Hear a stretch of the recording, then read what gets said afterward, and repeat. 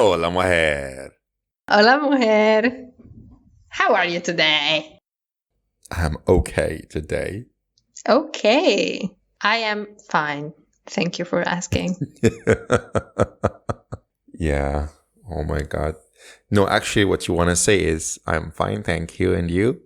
That's the correct I'm way to fine, answer this thank question. you. And you? Good morning, Yeah. DJ Rahman. My favorite rhyme. No, but since we are talking about how we are, I realized today that I never ask you, what are your highs and lows? And that's a question I really like. No one asks me this either. So, what are your highs and lows today? Oh, today. Actually, the time I spent at the cafe today was pretty nice. The owner there, my aunt, is lovely. Her husband was not there today. He's also lovely, but she was there. I worked there. I had my lemon ginger tea. It was good. I finished the book that I was reading. This was emotional. It was a bit of a happy, cliche kind of an ending, but it was still acceptable. So that was nice. Also, my evening class was pretty good. When it comes to the lows, well, the bike not starting in the morning, so that was a low blow. I did not see that one coming. No, I mean, I did, but I hoped it I mean, wouldn't. after over a month of constantly repairing and re-repairing your bike, you must have seen it coming a little bit. It's been that carburetor. No, like I have been back over and over again, and last time I was there, he seems to have done a lot of work on it. So I was like, maybe this is the one that will last, But now I think I will just get a new carburetor and hope for the best. What's a carburetor? It's a simple tool that's connected to the engine. It's responsible for the intake of gasoline and air. It tells you how much air gets in, how much petrol gets in to be mixed. So it's that mixer basically. All right, so you're saying you will have to buy a new carburetor? I think so. I will probably do that this weekend, and I think that's where the problem lies. So once I get a new one installed, hopefully, inshallah, everything will work normally. And if there's a problem, it should be elsewhere, not with the carburetor, Then we'll deal with that later. Damn it. How about you? What are your highs and lows today? My high, I guess, is the fact that my boyfriend is back. Yay! He was on a travel for a few days in Sweden, and while it was very pleasant, very cozy to have an apartment to myself and a lot of space and quiet and having some time to rest, it was so great to see him again. He made me coffee to bed in the morning, like things should be. So yeah, it just feels so much more cozy, and I'm very happy he's back. That's my high. When it comes to my lows, food. Food is my low. Oh, what did you not eat today that you were craving? I'm not craving anything. That's my problem. Food is so meh recently. I ate a banana with peanut butter, then I ate some egg fried rice. And then for lunch, I had some cauliflower with potatoes. And I'm very tired of eating the same things over and over and of not really having. It's not like I'm not having ideas. I'm not having willingness and energy to cook amazing meals for myself. I understand. I can relate to that. It's exactly the same. Yeah. Because I know that I could even make gluten-free dumplings for myself or lasagna or something like that. But A, it will not taste as I imagine. And B, I don't want so much work. It's crazy. And the problem is I don't know what flavor I'm craving. I really don't. Probably I'm missing some vitamins or some minerals, and that's just how it shows in my body. But yeah, that's definitely my low. The fact that I have to eat and everything tastes meh. I'm sorry to hear that. Yeah. What's your favorite thing to eat? I like the kind of food that would give you a heart attack. So cheesy, meaty, is usually baked. That's the kind of food I like a lot. Yeah. Very heavy. Something like lasagna, for instance. It's pretty good, Mac and cheese with some meat is also pretty good. We have our baked dishes. I don't know how to call in English, but that belong to the same family of lasagna, and I do like them a lot. I ate a good thing in Egypt. It was kind of like two pancakes. It was like Egyptian pizza, two pancakes, and there was meat with cheese in the middle. Do you know this dish? We have two things that would fit into this description, but we would never say pancakes. Pancake is like a sweet thing. No, really? No, it can be It has the word savory. cake in it. It's the kind of thing you eat and have a tea. Un crêpe. Okay, yes. We have something that's more like a crepe. Yeah, layers of something that looks What's the bread, name? like dry bread. We call it ro'a. It's not that. Or there's another one with very thin layers, thinner than the ro'a. It's called goulash, which is basically the same material that we make baklava out of. But instead of making it sweet, we put these layers, put some meat, some cheese, more layers, put in the oven, and you just bake it. Yeah. Damn it. It's very crispy, this one. It's good. So I like this kind of stuff. Bread, cheese, meat, baked. Just good. I love lasagna too. It's one of my favorite dishes. Maybe I just should make an effort and make myself a good lasagna, and that's it. I've never made lasagna. I don't know if I'm willing or have the time to be making lasagna. It's more pleasant than it seems. I made lasagna multiple times in my life. Probably never maybe once regretted it when How about we really add a dry. segment into our podcast where we give people a recipe? Recipe advice, you and me. After koshari and like carbonara, we would be out pretty quick. Oh my God. I have only, yes, basically 2 things I cook throughout the week. I was craving something very specific the day before. I remember finishing work and feeling very, very tired on Monday. And then I was like, I want to eat something. And what I wanted to eat was sour strips candy. Like jelly? Yeah, it's like strips of candy that's sour and sweet. Yeah. Okay, I get it.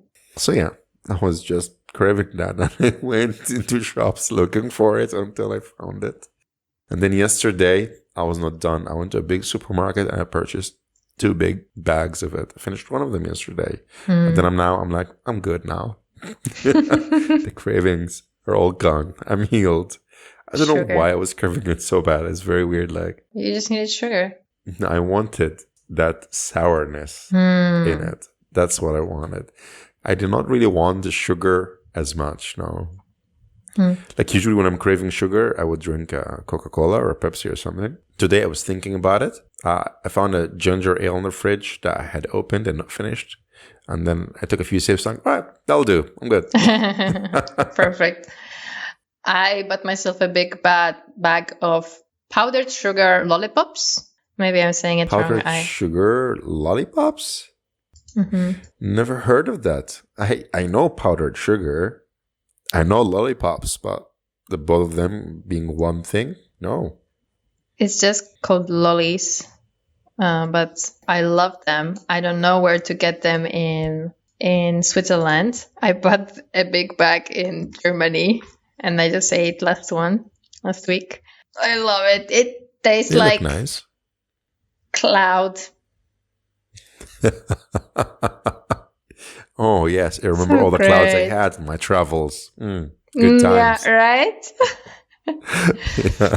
All right, let's go past cravings and recipes that we will not actually give to ourselves or our audience. So, what have you planned for us today, Moher?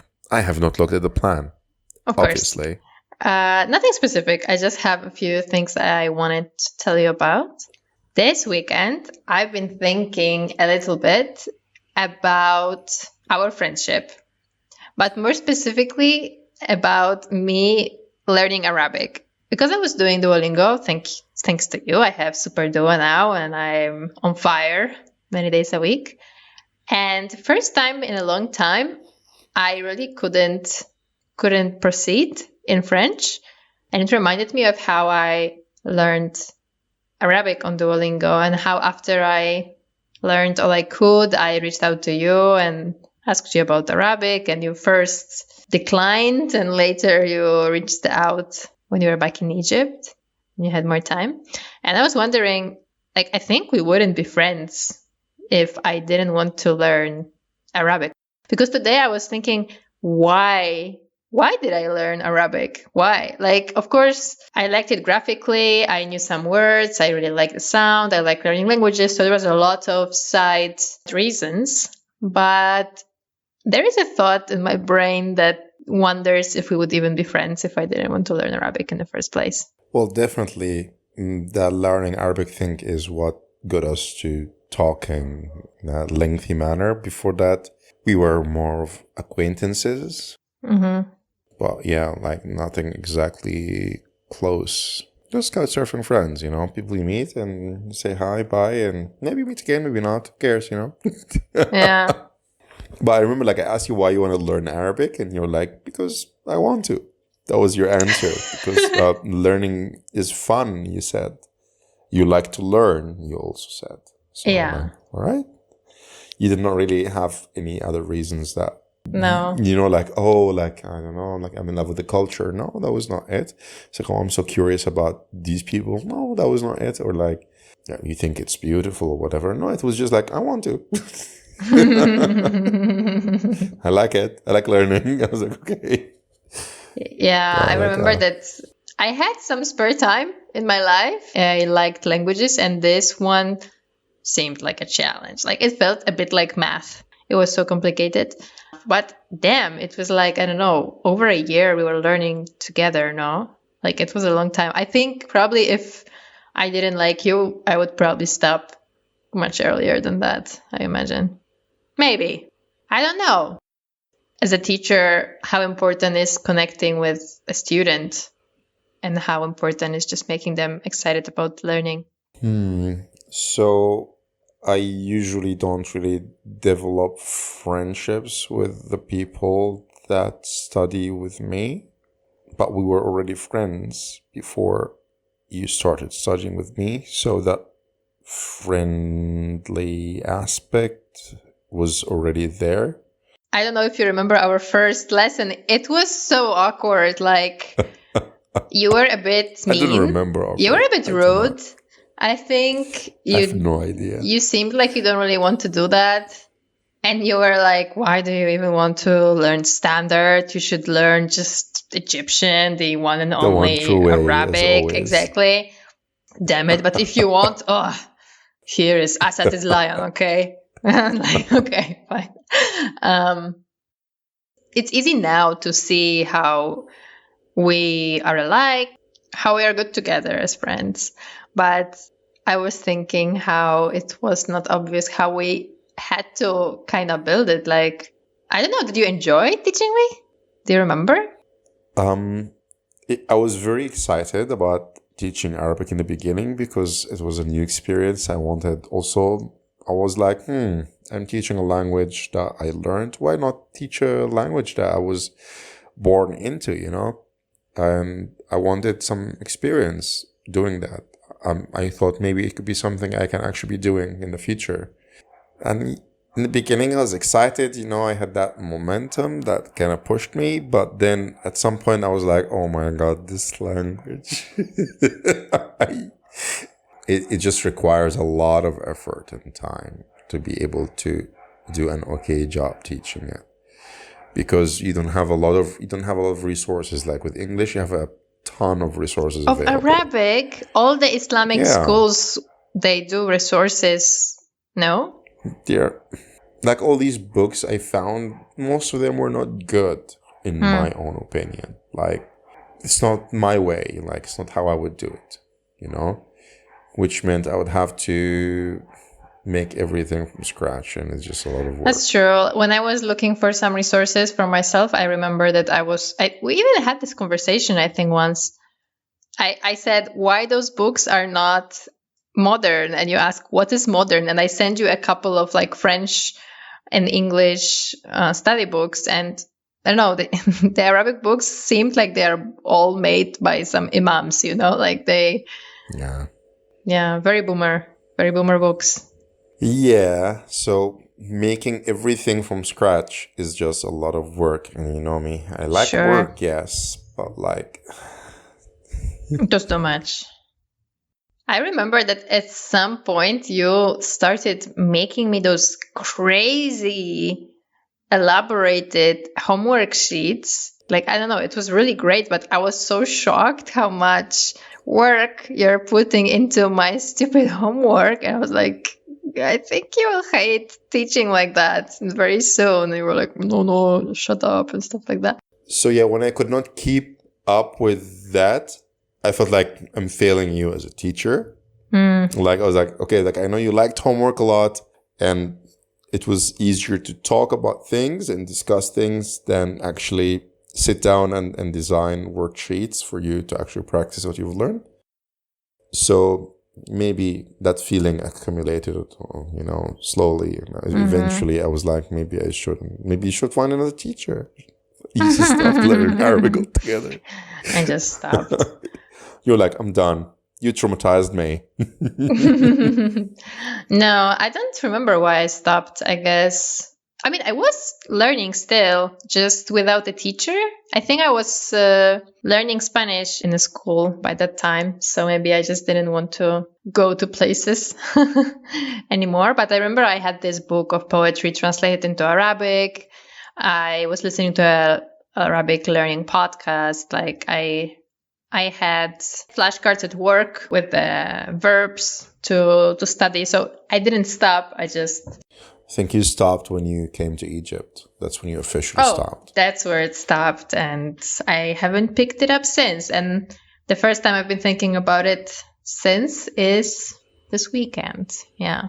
I'm not saying I go back to learning, but I don't know. It got me thinking. I met a guy from Afghanistan at a party on Friday. Oh, that's nice. Yeah, I was able to make like 4-sentence small talk in Arabic with him. And it felt, I don't know, like it would be such a pity to lose it, to waste it. So I am considering maybe it's time to, I don't know, for sure not learn every week like I used before. But maybe it's time to slowly go back to some podcasts or maybe stories or my Arabic poetry or some kind of that. It's just maybe I can only hate the culture and forgive the language, kind of. Sorry for the word hate. I'm joking. Yeah, I think just Egypt was a little bit too much for you. So that probably created a negative link between the language, the culture, the country, and everything all together. And you're like, nah. So that might have been what happened. But also, as you said, I never asked myself a question, what for? Like, I knew why, but I didn't realize that there is no ending to learning this language. So the only reason for me to stop learning it would be like, whatever, I don't want it anymore. And yeah, sure. But then I realized it's kind of a waste of those, 2 years of learning or something like that. So maybe it's a bit of a pity. Not sure. Well, any time you want to speak a little bit of Arabic, I know. can do that still. I haven't forgotten how to speak in Arabic. You haven't? No, so I can do it. Yeah, I would need to brush up a little bit, but who knows? Maybe one day. Right, next time we'll meet, I'll be like, حبيبتي ايه الاخبار ازيك, and then I'm sure you'll answer accordingly. Alhamdulillah. Just easy peasy. How's your French? My French has been progressing really slowly. I'm doing 3 lessons on Duolingo every day. I've been learning new words every day, maybe just a couple, not a lot. And they keep throwing in some grammar here and there. So yeah, it's been developing, but really slowly because I'm not giving it a lot of time. So yeah, like 10, 15 minutes, and that's all. What about learning with a teacher? You ever consider that? I have not considered this yet, no. But why are you learning French, actually? Let's see your answer here. What for, huh? Uh-huh. Okay, 1, to keep my brain a little bit active, because going into an idle state is just Because terrible. Alzheimer's waiting. Just like I want to keep myself learning something. That's number one. Number two, it's a language that I actually studied in high school. And I'm like, I feel like it's a waste to not use that previous background knowledge into something, build on it. It's forgotten now, yes, but still, maybe something remains somewhere in my subconscious mind that I'd like to use. That's number two. Number three is that I've always been interested in immigrating somewhere where I could get a better passport. And I learned at some point that Canada is one of the places that like to receive immigrants. And if you're fluent in French, you get extra points. I'm not really sure I want to go there, but if one day I decide to go there, I'd rather be at least speaking some French than nothing. Sure. And the language sounds lovely enough to me. And I would say it's not difficult. And I appreciate that. Really? It is challenging, but not too much. So it just takes some dedication to the cause and you can actually learn pretty all right. The pronunciation, I like that. I like how different sounds are pronounced in French. It's good. I like it. Oh, I've also always liked languages, actually. I'm not surprised. You're a teacher. Been too busy to be English teacher. like learning new languages and not showing the same amount of enthusiasm and excitement about languages in general like I did before. But I still really like languages. Like, I wish I could just like click on a button and then know them. But unfortunately, it doesn't work like that. But I hope the whole science is amazing. Who knows?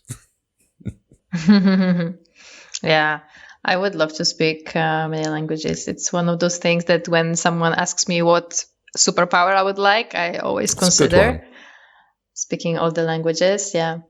I also hope that one day technology will progress enough for us to be able to like put something in our ear and be able to understand each other. Although it's not the same knowing the language and having everything translated. No, I don't want it translated. I want to know it. Like, yeah, exactly. Oh my God. Like just download an update with a language on your... Like today and yesterday, reading the last few chapters in the novel, like I came, like the writer is always mentioning Vietnamese proverbs. And the last two proverbs that caught my attention are almost identical to ones that we have in Egypt. And it just fascinated me. And I'm like, it would be amazing to actually know a lot of these proverbs and how they relate to our proverbs.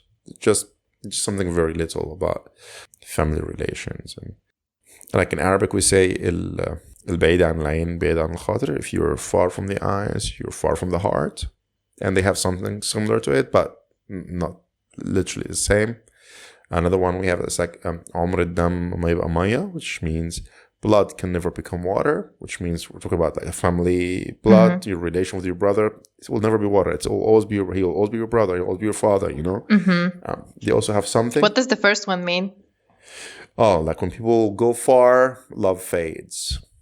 I see. And it's not surprising. Long distance relationship doesn't exist.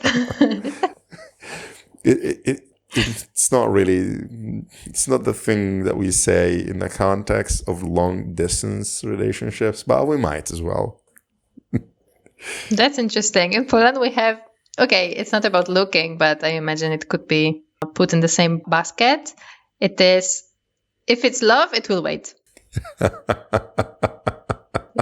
So interesting. It's a bit of wait, no problem. It's totally different. Yeah, if it's love, will work out. Love can wait anything. Work itself if out. it's love, I like that. I like that one. This is good. Can see some contrary tendencies here, but but I say that like when a friend asks me, do you think like long distance relationships could work? And I'm like, well, it depends. Is that the person you're going to spend the rest of your life with? If the answer is yes, then of course it can work. If it's not, then obviously it's not going to work. You know, like if you've decided that this is the one, you know, it doesn't matter if they're far for a year or two. They're going to be again with you for 40. Like, who cares about that year or two? It's nothing, you know. But if you're like experimenting. Yeah, but the problem is sometimes you have to experiment for some amount of time in order to decide whether this person is the one or not. And by sometimes, I mean all the time, unless we believe that love at first sight really exists.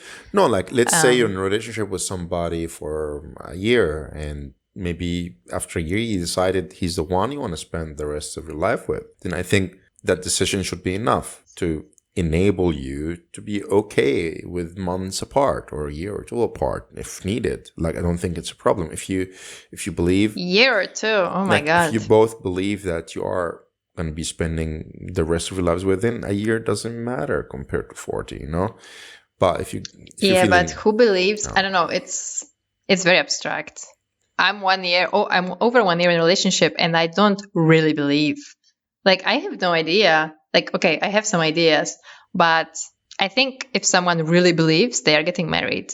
doesn't matter if you get married or not. It matters. I think if someone marries and goes away, then it's more solid, because if you're not married and you go away, Then sure, get married and go away. I mean, the particularities, the technicalities don't matter so much to me. But when I mean, like, okay, life is so easy for no, you. it's about the decision, Forget about the feeling and the belief. Decision. If you decided that this is going to be the one for you, then you can commit to the decision. That's what I'm saying. Does not exist. I lost you when you said forget about feelings and beliefs. I lost you. Of course. Okay. Does not exist. Error. To always bring me down. That the decision actually can be like life deciding. I mean, that makes sense, but of course, within the context of marriage, it would make more sense. I agree with you. Thank you. All right. So I have a little update for you that might be interesting maybe to hear on a podcast. There is one person who reached out to me recently, and I find this relationship slightly problematic. So maybe you could advise me in some way. Cut it off. But by it might the be peace a bit of your mind with a block. Okay. Let me explain to you, and let's see if you want to update this advice or not. There is a person, let's call her Mimi, whom I met when I first traveled to Egypt. We have been in WhatsApp relationship ever since. She was, I think, 13 or 11 when I met her. And she was fascinating by me traveling in Egypt, being from a different country. Her English was excellent. I met her together with her family. I was also very interested in her culture, so it was equal exchange, let's say. Once we even had a video call, I think. She was playing me things on piano and stuff like this. And I think the insight into her life was a big help for me. But now it's been, 2 years? Or maybe 3 even? No, I think 2. I thought this relationship would slowly fade, as usually it does. And it started weighing on me at some point because she is extremely, extremely nice in the worst sense possible. I mean, she's a teenage girl brought up in a very correct Muslim way, which means she always says exactly the same things, which is, "Thank God you are good, Adriana. I wish you all the best. My life is great. I'm so excited for the next school year. Are you safe? Is your family safe?" And I'm a bit tired of having the same exact conversation over and over. And well, she's also tiring just because of her age, and like I am the adult auntie and she is always trying, like she's excited about, I don't know, K-pop and things like this. And I'm tired of pretending it's interesting to me. She reached out this week again with saying, "Adriana, how are you? I am very worried about you. Please answer me how you are." And then I realized that, I don't know, like a few months ago, 3 or 4, she texted me and I forgot to reply. I was busy, I was on the run. Sometimes it happens to me when I'm doing something, I don't immediately respond, then I just completely forget. When a 13-year-old, I mean, she's now in grade 9. I don't know what it means in Egypt. 15, okay. So when a 15-year-old texts a 28-year-old, "I am worried about you," I immediately get a red flag in my mind, like, just, girl, you're 15, you're already like over responsible, over protective. This relationship is just getting more and more weird for me. I'm not sure if this is even like ethical 100% anymore. I don't want to consider myself like her buddy anymore. But then I think this relationship in society shouldn't probably exist. Like, I don't know, like maybe if I was some journalist or whatever, I could make some interview with her. But generally, I don't know. Like, sure, I'm interested in her story, what will happen when she is actually an adult, because I know her parents want her to marry and wear a full hijab and everything.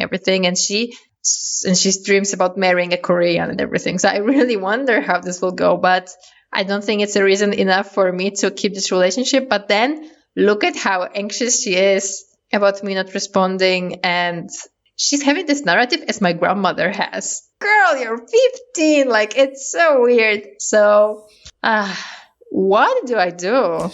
What do I do? You respond, and you watch, and you see who should grow up to be, or to become. It's a very interesting story happening here. Yes. Okay, so another question, follow up then. How do I keep being myself? Because she is suggesting me to have video calls, to exchange very long voice notes. Once she was reading me Quran, like she is like very, very open. And I don't want to invest so much time in this relationship. Does it make me a bad person that I don't want to invest my kindness? Like, no, I mean, do not invest so much time, but you could invest a bit of it sometimes, Like, I don't know. But then I feel like a bitch. Yeah?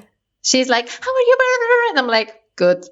Like, come on. I feel like a stupid boy on Tinder who has no respect to a girl that he swiped right, I feel like a bad boyfriend, basically, with the relationship. It's so weird. And I feel so like, if it was my cousin, it would be much easier. But I'm wondering, do her parents know she is texting with someone so much older from a different culture with different views? I wouldn't be surprised if they knew.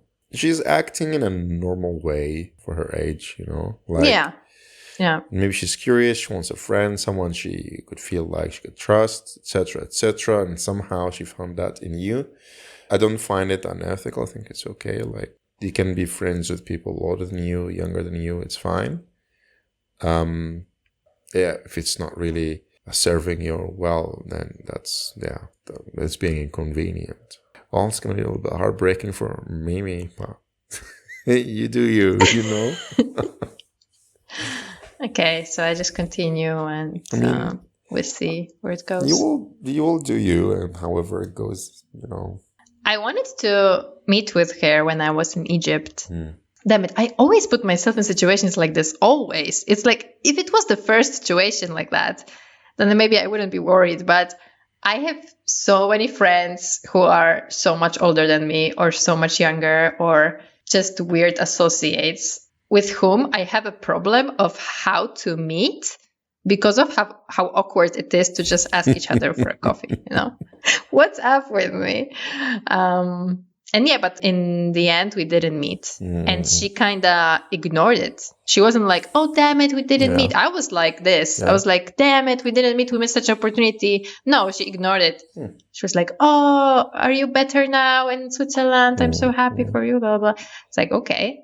It's I mean, as a kid, she's not weird. Really in charge of her life, like, she was, and she still is a baby. So yeah, give her, I don't know, 7 more years. Still a long way to go there. 7. Oh wow. Yeah. Yeah. They grow, they grow fast. Time flies, time passes, and you could be friends for forever, or you could be strangers after waiting for 7 years. So there's no guarantee here that any time you'll invest is going to be rewarded with something you'd actually hope for, because life is treacherous. Amen. Okay, thank you for helping me with my problem. Sure. All right, change of topic. When I was in a party on Friday, I don't know if you remember, but last week we talked. I had a doctor's appointment. I sent the pictures of my throat and everything. And what she ended up prescribing me was a bit more ibuprofen meant a herbal tea, to which I just like, my jaw was on the ground. I was like, I made so much effort. I'm suffering for 3 weeks from sore throat, and she cannot even give me the pills to like strepsils or something, like tanto verde. Like, I'm not asking for much, just a regular thing I could suck on to relieve my pain before going to bed, or something to rinse my throat. Like, really, I think bare minimum, but it wasn't gifted. And I met a doctor, Swiss doctor, on a party 2 days after this happened. And I'm like, oh my God, dude, you work in a hospital? I have a question to you. How to get anything to relieve myself from a sore throat in this country of yours? And then he answered something that I thought was a joke. He said, it's really easy. You just take a boat across the lake to a French pharmacy. And I was like, you're kidding, right? And he said, no, for real. Everyone does it. They know straight away. You just say you're from Switzerland and they already know. Oh my God. I was like, oh. You basically have to leave the country. Okay. Don't you see how ludicrous it is? He said, that's the easiest way. And the boat takes only half an hour. It's really worth it. You should try it. I was like, okay. I didn't know there's a boat. Okay. But then I gave it a bit of thought. I talked to another Swiss person also, and they told me they were brought up in France.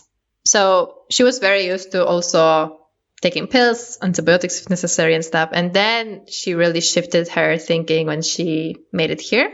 And she only uses ibuprofen if she has a headache. And other times when she's sick for years, she hasn't used anything else rather than resting and herbs. Oh, okay. Which is a beautiful idea. I think it's a beautiful thought, no? To just like know which herbs to use and having a herbal base and stuff like this. Unfortunately for me, I have no idea which herbs to use. Not to even mention where to get them. Ginger. Always works. I hate ginger. It's not for fun. It's medicine. Since when are you supposed to be loving it, You drink, you chug it. No. And you'll be fine. Forget about the pain later. A look on your face. Yeah, disgust. I was love thinking it. more like thyme tea. Thyme? Ginger is like hurtful. Thyme. We put thyme on like cheese. Well, you're going to make tea out of it? Weird. I think so. I think you can. You could basically make tea out of anything, really. Yeah. We don't call it tea then, but whatever. We're not going to get there. Ginger is a bit like garlic. It's just harsh. It's not healing me. It just kills everything. Garlic would also work, Okay, I'm not there yet. It's fine. I woke up with sore throat again today, but I'm not any closer to garlic. I do not do garlic, but I do ginger, yes. Garlic's too much. I do lemon. Oh, it's good. Cloves are good. Big believer in vitamin C. Cloves, anise, cumin seeds, black seeds. Basically, any seeds. Black seeds? What is black seeds? Any seeds that are black? It looks like sesame. I don't know what they're called. Okay. Switzerland is really interesting, though. Gotta tell you that. Give it to them, like, wow. I was telling Sergi, coming to Switzerland, I had no idea it would be such an exotic, interesting country to me. Literally, it's so surprising, much more surprising than Egypt, because no one knows. They're just in the middle of Europe, quiet, behaving like normal, and then you come here, and it's just do you know that you buy trash bags here in some supermarkets, and you have to ask in the cashier, and she has a secret locked up safe for it, and it costs an enormous amount of money, and that's why they keep it next to the cashier, because people are stealing them. And I'm like, what? It's funny. Please give me an instruction for living here, because the rules I'm getting are just, it's hard to think about them. Poor Sergi, he comes from Spain, where they just have trash bins outside in the street, and anyone can put the trash anywhere. Yeah, it's like this. It's so different. It's like this everywhere in the world. Everywhere I have been. Habibi. Everywhere I have yeah, been. exactly. Everywhere I have been. Maybe in warm countries, but in cold countries, trash like that really stinks. It rots and everything. in Poland and everywhere in the world that I know of. No, not true. But I thought it's normal. You pay for your trash. Everyone pays for their trash separately. And you have it in your private space inside of your property. And people living in blocks, they have it locked. You need a key to access the trash. You have to pay to throw away the trash. Of course, we have little trash cans in the streets for, I don't know, like a can of Coke or something. But you cannot put a trash bag there. It's too small. Huh. You would expect it to be rotting and stinky in a hot place and in a cold place. Like, what you're saying to me sounds alien. I mean, maybe I said it wrong about like stinkiness and stuff, but in Spain it's really dry, the trash. Like you open it and it doesn't stink that much. In Poland it stinks much more, I think. But it's not about the stinking. It's just about we pay separately for our trash and it's not for free to throw away trash bag. I thought they just take taxes and handle business after that, you know? They don't, apparently. You know, I hear these stories and I think interesting, and then I'm like, take a deep breath.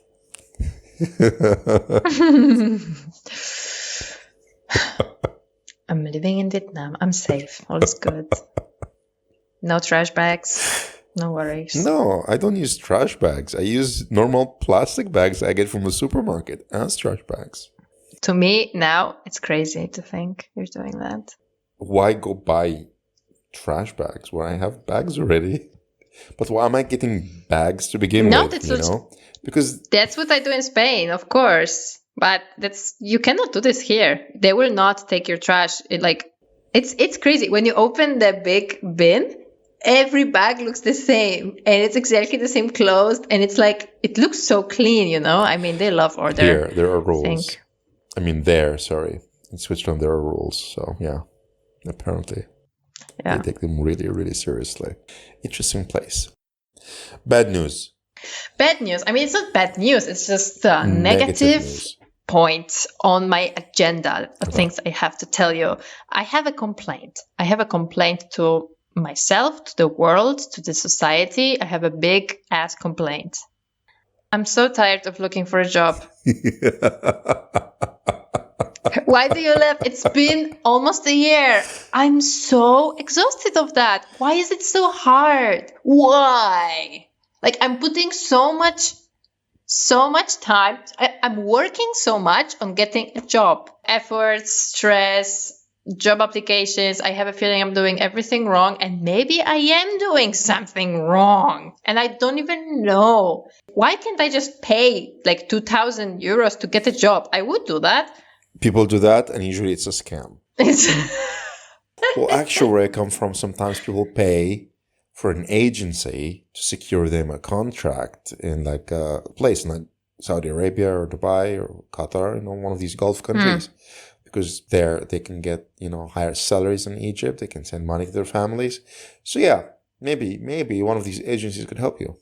I'll see what I can do. Yeah, I would love one of these agencies. Just I don't want to work in Dubai. Not really, no. I'm not there yet. It's not that bad. But I'm getting so bitter that it's so hard for me to find a job.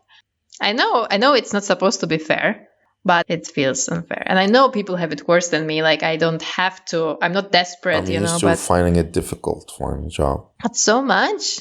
Like, or at least it used to be. I would say I've been more or less lucky when it comes to this in the last 9 years, you know. But again, I'm not very picky. Like back home, you know, when I was looking for jobs, I applied for different places, like schools, centers, call centers, and I was just going to see, you know, who will call me.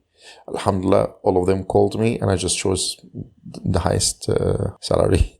Right. So, yeah. Here, in the beginning, it was very difficult, but after having some contacts, things got easier. Other people have it definitely more difficult. Like in the beginning, I was in Hanoi for like 2 or 3 months. No work at all. No, I remember. Yeah. You were switching jobs all the time. No. Also, the very beginning. Nothing at all. Oh, before we met? Yeah. 2016, first time I came to Hanoi. It was very difficult. Like, I was applying for everything. But yeah, once you start, one thing leads to the next. So, Yeah, that's why the energy of work is nice, it's good, it's positive. When you do something, it brings more work and then can keep going. It's nice. I know. I remember I had 3 jobs at some point, and then I made the biggest mistake ever, which is stop. Apparently, it's a sin. It's nice. Shit, no one told me nice that before. To take a break sometimes, especially when you're in your 20s. It's a good time to do this stuff, like. Yeah, because of things like this, I was tempted and stupid enough to actually do that, and it wasn't fun at all. Maybe one day, 10 years from now, you will look back and you will realize it was the best thing you did. Maybe you would realize it was the worst thing you did. Let's hope it will be the best thing,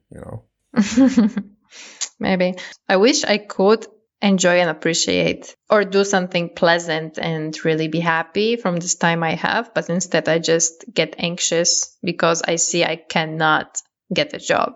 Like, until I didn't try, everything was great. But when I started trying, and then I realized that I'm very far from getting any job any soon. Are you applying in Switzerland or in Poland or in Spain or everywhere? Everywhere. Yeah, okay. All about animation exclusively? No. Oh. Also teaching job. Really? I mean, teaching, I just applied like twice or 3 times. I have to make a CV for that. Okay. But the problem is I should pick one thing and then commit. Yeah. But committing to any of those means like a few months of work. Like teaching job, okay, putting CVs to going to schools, preparing and stuff like this. When it comes to graphic design, improving portfolio, blah, blah. When it comes to animation, learning new programs, blah, blah. And so I'm doing it all simultaneously, all at once, which is totally overwhelming. And I don't want to do that. Like, because the worst thing is if someone told me, okay, if you make like 3-4 more projects to portfolio that are this or that good, you will land a job, then I would do that. But you don't know. You can spend like 2 years doing better portfolio and maybe it's bad and you will never get a job. This is our age and time. There is no job security. Yeah, I always have to be learning and striving and working harder. There's always competition. There's always AI and robots threatening your jobs. Like, it's a wild, wild west. Yeah, it sucks being tired because, like, my dad told me that it's crazy. He's never tired, and I'm so young and I'm already tired. That's crazy. That's what unfair. do you mean he's never tired? Everybody gets tired sometimes. He says he's never tired. He always is eager to learn and to try more and to do things. And I'm like, God bless him. That's amazing. That's amazing. God bless. I mean, to be excited and want to learn more and actually do that. Oh, that's, mashallah. I mean, this is really, really amazing. Mashallah, that's Mumtaz. Yeah. like excitement alone. That's wow. Oh, Daddy's really young at heart. That's what I like about children. They always excited about learning things. Sometimes they want to learn about dumb stuff, but still they really want to learn. It's fascinating. I think wanting to learn one thing or another or having strength for that is not a matter of age. It's more of a matter of character or current disposition of a person. But sure. I was thinking about this the other day. I'm like, it's actually really nice when it's your job to be learning. When you actually have no choice, when you're forced by the system to be sitting and learning, you actually end up learning a lot. It works. Miracle. I mean, of course, you get brainwashed along the way, but it's all right. Maybe it's an okay price to pay. Maybe you get a trauma or two, but who doesn't, right? Who doesn't really? Who doesn't? Yes. Like, it's more where you go, what you do, you're going to end up, having one of these or two. Yeah, for sure. Namaste. Yeah, namaste.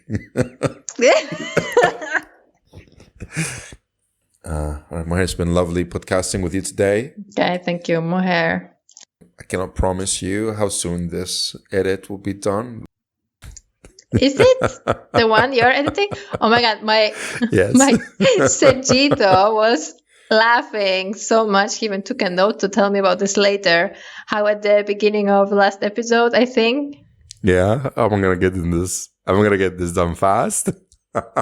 You're starting bragging about how perfectly you're gonna edit the podcast and how fast, and then you're like, you have 3 weeks and I you're know. even late and But I shit. added an exception. Unless I procrastinate, which I did.